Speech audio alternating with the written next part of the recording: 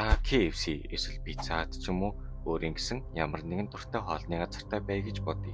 Гэтэл тэр газар чинь хүүхдүүд олноороо өсөөгөн ч мэддэхгүйгээр алга болоод ивэл та яах вэ? Мэдэхгүй гэж үү? Тэгвэл би та бүхэнд яг юм түүхийг ярьж өгье. Та бүхэн амьдралдаа ноён солиод киног үзчихэл байсан байх. Энэхүү киног үзсэн ч бай, үзээгүй ч бай.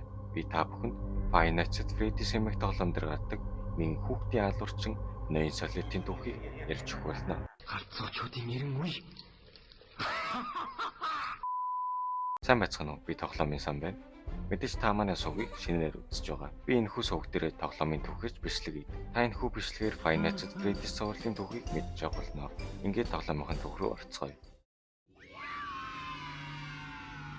Юм бүхэн учир жансантай түүх болгон эхлэлтийн учир бид түүхээ 2025 онд нээлттэйсэн цоошин Five Nights at Freddy's Secret of the Mimic тоглоомоор эхлэх учиртай юм аж.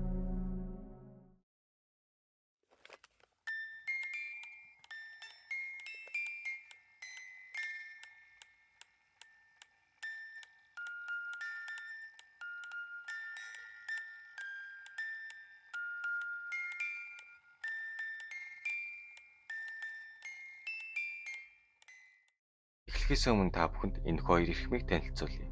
Henry Emily болон нөгөө миний ноён солиот гэж нэрлэдэг байгаа Purple Guy буюу William Afton. Манай хоёр бизнесийн хамтрагчид нэгэн алдартай Fredbear's Singing Show гэж шоунаас өөрсдийн Fredbear's Family Diner рестораныг бий болгожээ. William Afton бол мөнгөний төлөө юугаач өгөхөд бэлэн нэгэн. Тэрээр бизнес талаа хариуцдаг байсан бол Henry Emily бүтээлч талаа буюу зохион бүтээх талаа хариуцдаг байв. Тэд зүгээр ч нэг жир ресторантай байхыг хүсээгүүд бол Spring Lock-тэй өмсгөлүүдийг бүтээжээ. Энэхүү өмсгөл нь зүгээр ч нэг өмсгөл бус өөрсдөө ч хөдөлж чадах ба дотор нь хүн орж өдөрцөн ч болох үз онцгой аниматроник байв. Spring Lock-ийн тусламжтай өмсгөл дотор хүн орж өөрсдийн дураар хөдөлгөж өмсгөлийг яг л амьд мэт харагдуулна. Ингэснээр хүүхдүүд өөрсдийн дуртай дөрүүдтэйгээ амьд юм шиг харьцаж чадах болов. Гэвч Spring Lock-тэй өмсгөлүүд тийм ч агуу бүтээл биш байв. Нэг л эвгүй хөдөлгөөн хийх эсвэл шингэн хүрэх юм бол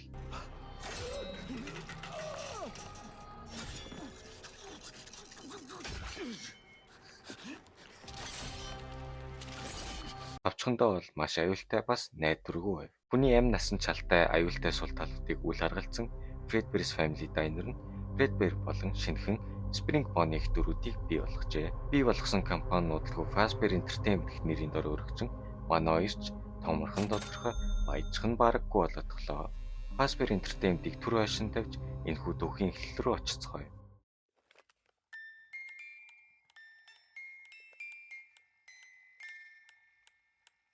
Бидний түүх ямар нэгэн пиццаны газарт бус. Харин гүнэх харуусал, хагцал, нууцудаар дүрсэн цээхэд эхэлнэ. Энэхүү эхлэлийн гол дүр нь хэн нэгэн ноён солиот биш. Түүний бизнес хамтрагч робот бүтээгч биш. Харин Edwin Murray гэж байх нэ. Edwin Murray ааваасаа цээхийг нь өвлж авсан сууд зохион бүтээгч байжээ. Edwin-ийн ааваасаа өвлж авсан цех нь гэр ахуйн эд огцол бүтээдэг байсан ч нэрийг нь Murray's Costume Maker болгож өөрчлөн тоглоом, өмсгөл, аниматроник гэх зүйлсийг бүтээх болов. Edwin үйлдвэрийнхээ ажилтан болох Fiona гэх бүсгүйтэй танилцаж Edwin Fiona хоёр хайр сэтгэлийн холбоотой болж хурмай хийж David гэх хүүтэй болжээ. Edwin бол ажилдаа амьдралаа өгсөн нэгэн. Хэдий тийм ч гэсэн Fiona үйлдвэртээ ажиллаж Chica болон Foxy гэх дөрүүдийг бүтээсэн байдаг. Яг энэ цаг үед William болон Henry нар бизнесээ улам өргөжүүлж Freddy Fazbear's Pizza-г бүтээхээр төлөвлөв. Энэхүү төсөл нь илүү том байсан учраас тэд Edwin Fiona хоёроос тусламж ирж хамтын хүчээр MCM-ийн подвалддаг.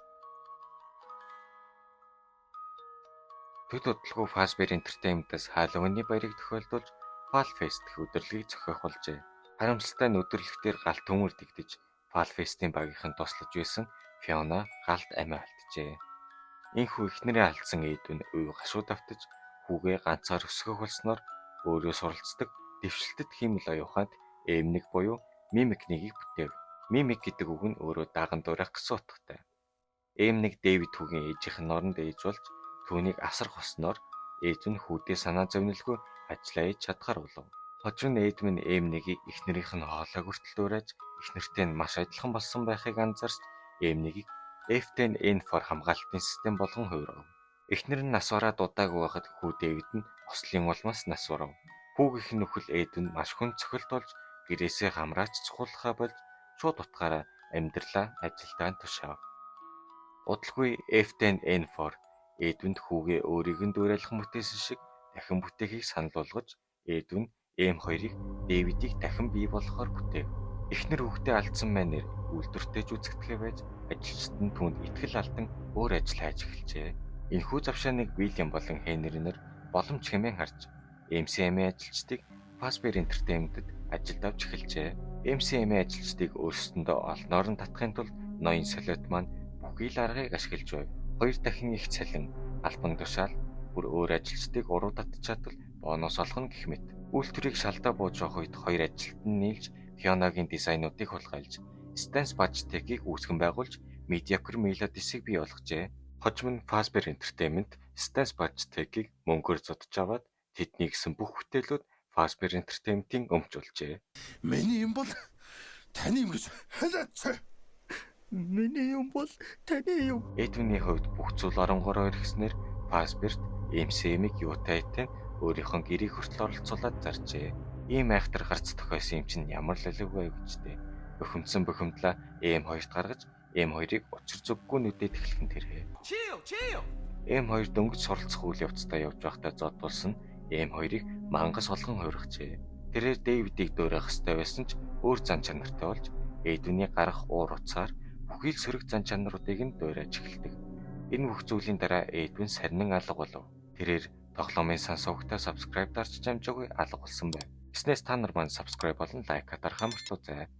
Эдвиний хаашаа алга болсон, үхсэн эсвэл амьд эсхийг нь хинч мэдэхгүй. Fazbear Entertainment-ийн дэвшилтэд хиймэл оюуханд арга гэсний тухай олж мэдсэн байв. Мэдээж Fazbear-ийн арга хэсэг гартаа оруулахыг хүснэ. M2-ыг хүн алах хандлагатай байсны хүртэл Fazbear-ийн мэдж байсан ч тэдэнд ямар ч хамаа байсангүй. Fazbear-ээс олон техникч нарыг явуулсан ч M2 бүгдийг нь борцлоод үлдээсэн байлаа. 1979 оны 9 дугаар сард Арнольд гэх нэгэн эрэлхэг зэрэгт Fazbear-ийн техникч MCM-с Mimikry схемийг авахар замшуулдаг. Товчхондоо бол Арнольдын хэлбэрхэн санагдсан даалгавар 5 цагийн хар дарсан зүуд болж хувирна. M2-оор удирдуулсан төрөл бүрийн аниматроникууд түүний араас мушгина. Арнольд даадгавраа биелүүлэх цоргон зарган дата драйвераа шинчлэх. Даалгавраа биелүүлэхээс гадна Арнольд F10N4-ийн тусламжтай Cradle програмыг идэвхжүүлв. Cradle програм нь M2-ыг намжаах зорилготой F10N4-ийн бүтээл байсан ч Эдвин Cradle-ийг хизээж ашиглаагүй үлдээсэн байж. Cradle-ийг идэвхжүүлснээр үйлдвэр тэрчигтэй галж чадаж Арнольд машиндаа суугаад зүхтаасан ч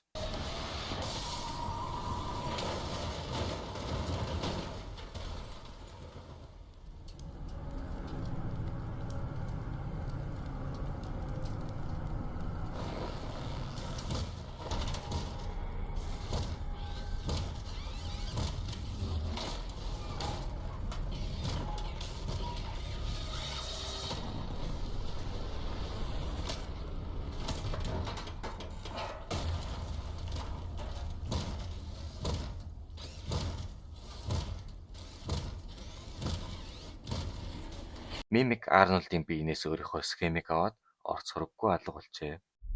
Ингээд бүгдээрээ гол үйл явдал руугаа орж байна. Вильям бол 3 хүүхдийн эцэг. Том хүү Майкл, дунд охин Элизабет болон отхон хүү Эван. Харин Хенри Эмили бурхнаас заяасан амин ганц охинтой байсан Чарлот юм. MCM нуран унаж Эдвин хүртэл алга болсноор Fazbear Entertainment franchise үйл ажиллагаагаа зогсооход хүрч Fredbear's Family Diner л цорын ганц боломжит бизнес болж үлдээд байв.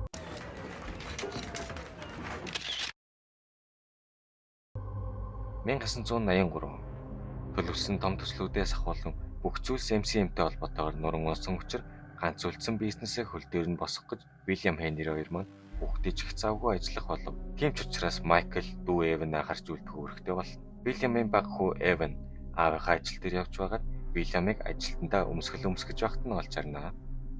Үүнээс болж Эван аниматроникуудаас маш их айхвалж ах Майкл нь түүнийг боломж олгох бүрт боксигийн багийг өмсөж дүүгээ айлгаж тоглодог болов.